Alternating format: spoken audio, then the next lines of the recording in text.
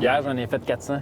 Jérôme Baillargeon, travailleur de rue depuis 26 ans, parcourt le territoire pour aller à la rencontre de ceux à qui il vient en aide. Je te présente Guylaine, justement. Le petit poêle à bois de Clément chauffe à plein régime.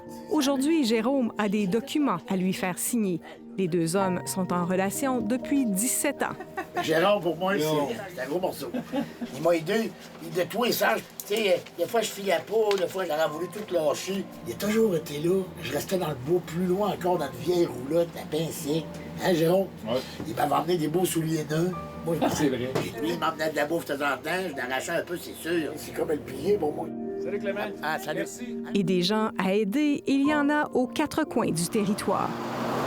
Moi, je dis que la souffrance est humaine et pas urbaine. Être isolé en milieu urbain ou semi-urbain, c'est une chose si tu as des opportunités de socialiser puis de jaser avec d'autres. Quand tu es au fond du 8e rang, entre Saint-Euphémie et Arma, tu es loin longtemps. À plus forte raison si tu vis des situations de violence ou que tu commences à vivre des difficultés au niveau de ta santé mentale. C'est ici, à Saint-Anselme, au carrefour employabilité et travail de rue immigration, qu'est le point d'attache de Jérôme et ses collègues. Ensemble, ils ont accompagné environ 400 personnes dans la dernière année. Leur principal défi, rejoindre ceux qui en ont besoin. Une vingtaine de municipalités pour une équipe de 5, c'est quand même beaucoup, sachant que c'est 10-15 minutes de voiture aussi entre les municipalités. Fait que, on voudrait même couvrir le territoire dans la même journée, on ne serait pas capable. En inclusion sociale, là, en rural, bien, tu vas te retrouver dans une maison dans le fond du rang. Pas d'eau, pas d'électricité, pas de famille, pas d'amis, pas de ressources.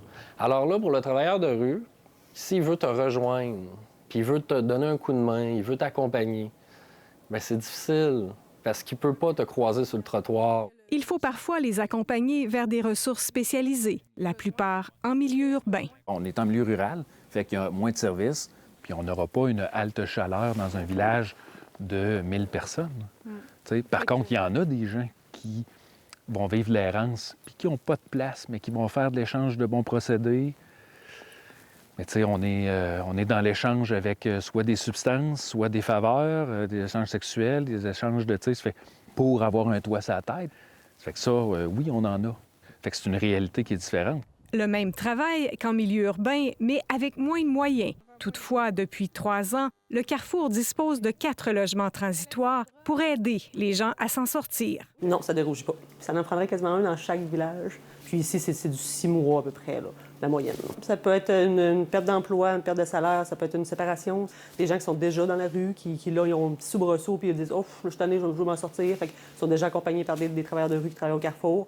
Mais malgré leurs moyens limités, leur travail porte fruit. Diane en est la preuve. L'aide qu'elle a reçue lui permet d'avoir foi en l'avenir. Je retourne aux études, puis tout va bien. Je vais racheter un auto, je suis rendu avec un logement. Puis moi, je me suis sentie comme un humain. J'ai dit, quelqu'un qui me considère, parce que j'étais dans la rue, puis je me suis dit, quelqu'un qui me considère enfin comme un humain égal aux autres.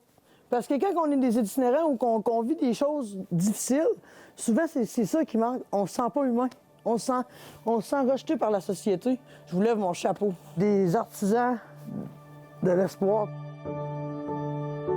Des personnes avec qui ces intervenants tissent des liens, à qui ils redonnent confiance. On connaît leur nom, leur surnom, on connaît leur histoire. De continuer à croire. Il y a du beau. Les gens en valent la peine. On en vaut tous la peine. Clément aussi a des projets. Peinturer sa roulotte. Il va y avoir du orange, du noir, du jaune. Je veux la vue vivante. C'est ma petite maison. Et tout. C'est mon camp, hein, jaune? Ici Guylaine Bussière, Radio-Canada, dans Bellechasse.